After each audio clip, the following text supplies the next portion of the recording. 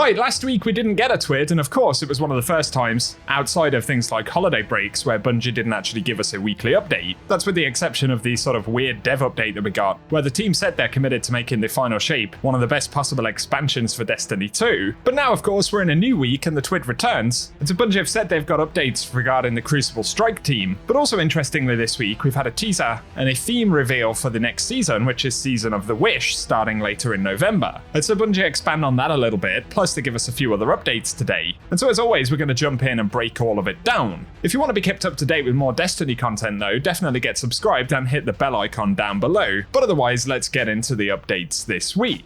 Before we touch on the TWID specifically, a quick mention right here, but this month's Destiny 2 Prime Gaming Bundle actually includes a new shader which is exclusive to Prime. I believe that's one of the first times they've done that. You can see the icon for it on the screen. On top of that though, the Playground Ride Exotic Emote, Sundaresh Experiment Exotic Ship, and the Noble Steed Legendary Sparrow are up for grabs if you have access to Prime Gaming rewards, so there are extra details about that in the TWID linked below. But otherwise, more interestingly this week, Bungie revealed Season of the Wish, and this is Season 23 that'll be kicking off at the end of November. There was a final test in the Sparrow engine with a new puzzle, which upon completion resulted in a cutscene in-game. And Bungie used that as a platform to announce Season of the Wish itself, where it seems likely we'll be returning to the Dreaming City, getting more Ahamkara story. And there's also even an art preview there for some of the new gear that we'll get in Season 23, so that in itself is pretty cool. On the subject of that Season of the Wish reveal though, they do say that the season will arrive on November 28th, so be sure to mark that in your calendars. Of course, that is a Tuesday reset, and we also get another image without the season text over it right here for that kind of flavor image. So it certainly looks pretty cool. We could speculate plenty around what the story and theme will sort of entail, but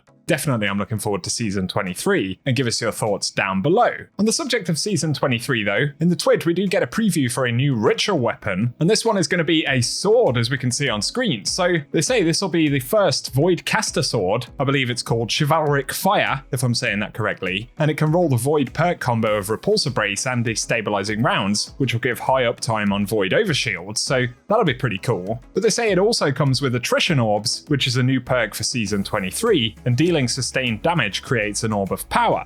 They say, of course, this combos perfectly with Relentless Strikes, so that's certainly an interesting looking one right there. The Destabilizing Round Sword will be cool as well. Plus, as always with ritual weapons, there is the base skin, but then the additional Vanguard, Gambit, and Crucible options as you can see on screen. So let us know your thoughts about that and whether it's one that you are looking forward to. They say otherwise in terms of weapons, there'll be additional changes to the perk pools in Season 23. So for Trials, the Immortal SMG and Astral Horizon Shotgun will be leaving, but there'll be a new Incisor Strand Adaptive Trace Rifle. So finally a Strand Trace Rifle will be pretty interesting, but we'll also see the Eye of Soul Kinetic Adaptive Sniper return. Then for the Iron Banner, the Dark Decider and Gunner's Axe will be taken out of rotations, but the Lethal Abundance Strand High Impact Auto Rifle will come into play. So another Strand weapon right there. Then finally for the Nightfall, Buzzard and the Swarm will be leaving the rotation, but there'll be a new weapon called the Undercurrent, which is an arc wave frame breech loaded grenade launcher. Plus we'll see the return of the Izumi RR4 sniper, so some cool things moving in and out of those playlists, and give us your thoughts below. I'm most excited for a Strand Trace Rifle though, personally. Otherwise in the TWID, they do talk about Crucible updates, and we get some words from the Crucible Strike team. So they say overall they're focusing on rewards, matchmaking, playlists, and modes with their upcoming updates. And for updates to the Crucible menu in Season 23, they're reintroducing a new 3v3 quick play node. Plus they'll introduce a new 6v6 quick play node that consists of 6v6 party and relentless. Plus they'll be rotating control modes in a new 6v6 unranked playlist. Plus they say they'll revisit which modes rotate through each of those nodes. The updated nodes will prioritize different matchmaking elements, integrate varied gameplay rotations, and some will host PvP events like Iron Banner or Trials of Osiris. So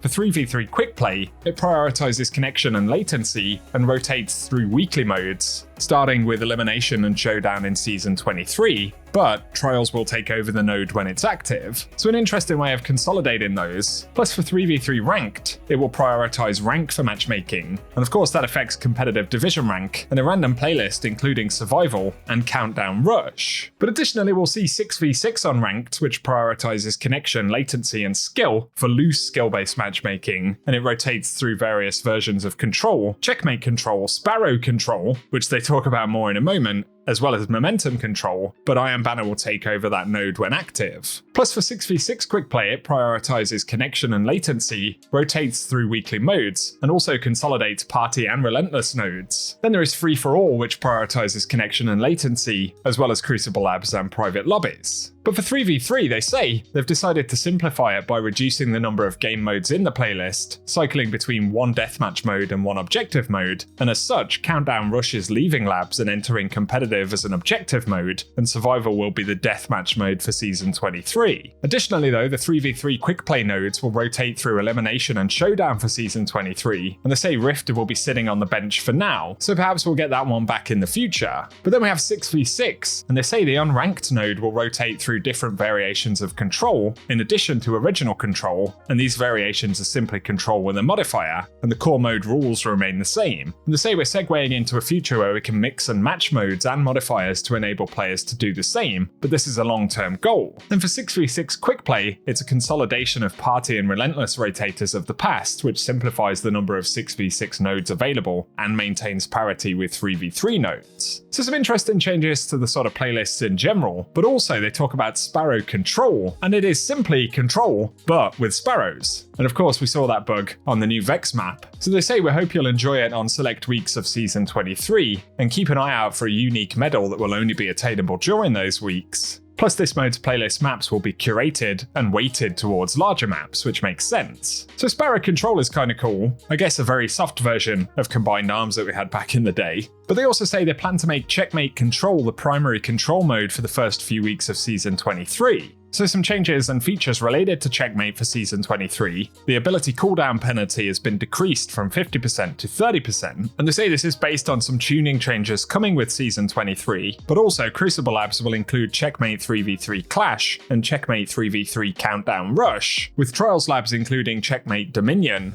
and they say as well they'll make mid-season tuning adjustments based on feedback. So a few positive quality of life adjustments here, but there'll also be rank changes for competitive. And so they're removing the performance factor, and wins and losses will be what matters. They're also removing inflation protection, and will no longer reduce your rank point gains if your rank exceeds your skill. They will retain deflation protection though, so if your rank goes below your skill, it will still accelerate you upward. Then in terms of promotions and relegations, they're removing promotion and relegation series requirements for all divisions except Adept and Ascendant, and so players will only need to prove skill when entering the most elite of ranks. And for example, if you're a Platinum trying to reach Adept, you'll enter a promotion series, but conversely, if you're Adept dropping down into Platinum, you'll be able to defend your place via relegation series. But they say as well, connected to Trials, there'll be a few changes for rewards, and these are in preparation for some larger changes coming in the final shape. And they're going to be adding a set of small weekly rewards that trigger depending on how many wins you get in a row before your card becomes flawed, and there'll be one each for 3, 4, 5, and 6 wins on a card. And if you get to a higher win total first, you get all of the tiers below it too. So 3 wins will be Trials Armor, 4 wins will be 5 enhancement cores, with 5 wins awarding a Trials weapon, and 6 wins awarding 3 enhancement prisms. And they say these are the first steps to making Trials a more rewarding experience for those who cannot go flawless consistently. That's on top as well of the Adept's weapon drop rate, which they increased a few weeks back.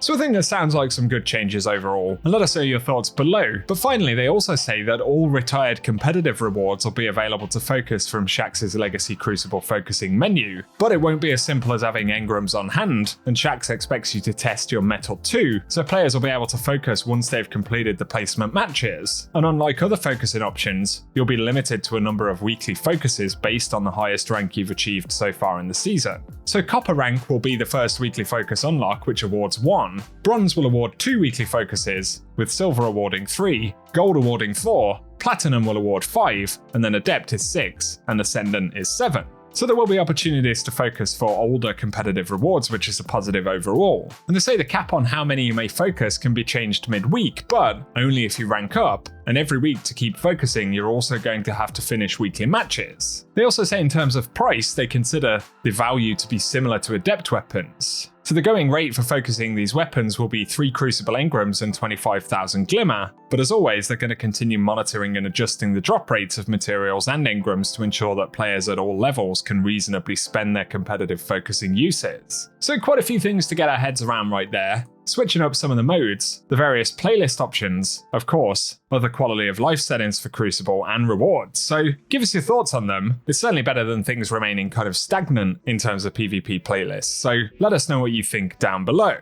For today though guys, that's everything we've got to break down from Bungie's weekly update. So once again, as always, give us your thoughts in the comment section, and if you found the video useful, feel free to get subscribed and I'll keep you posted with more Destiny content. Otherwise though, as always, I very much appreciate you all tuning in, and whatever you get up to, I hope you have an awesome day.